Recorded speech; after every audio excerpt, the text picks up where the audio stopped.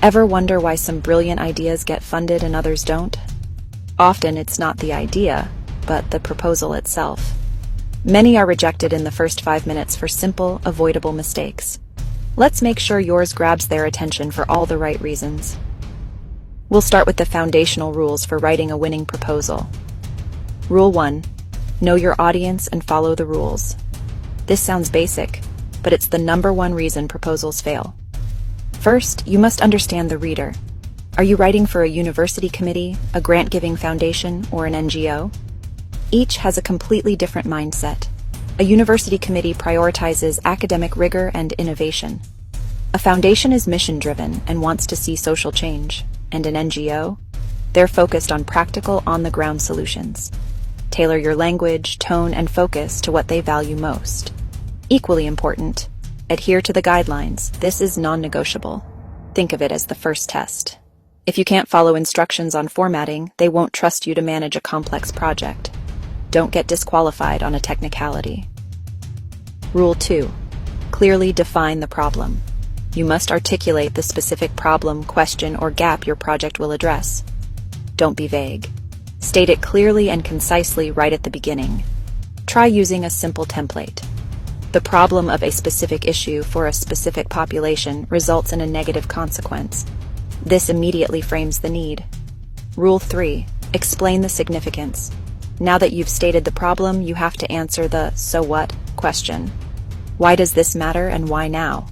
Explain how solving it will benefit a community or advance the funder's own mission. This is where you connect your project to the bigger picture. Use compelling data and evidence to build a powerful case. Rule 4. Detail your methods and approach. This is the how section. Be specific. Outline the step-by-step activities you will undertake. Provide a realistic timeline and clearly define your deliverables. What tangible outcomes will you produce?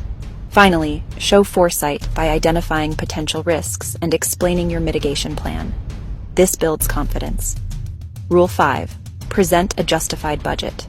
Your budget is more than a list of expenses. It's a narrative of your project in numbers. Every single cost must be justified and directly linked to a project activity. Avoid common pitfalls like underestimating costs or padding the budget without clear reasoning. Transparency and realism are key. Rule 6. Define your evaluation plan. How will you measure success? Funders want to know what a successful outcome looks like. Define clear metrics or key performance indicators, KPIs, from the start. Will you measure the number of people trained or the publication of your findings? This shows you're results-oriented.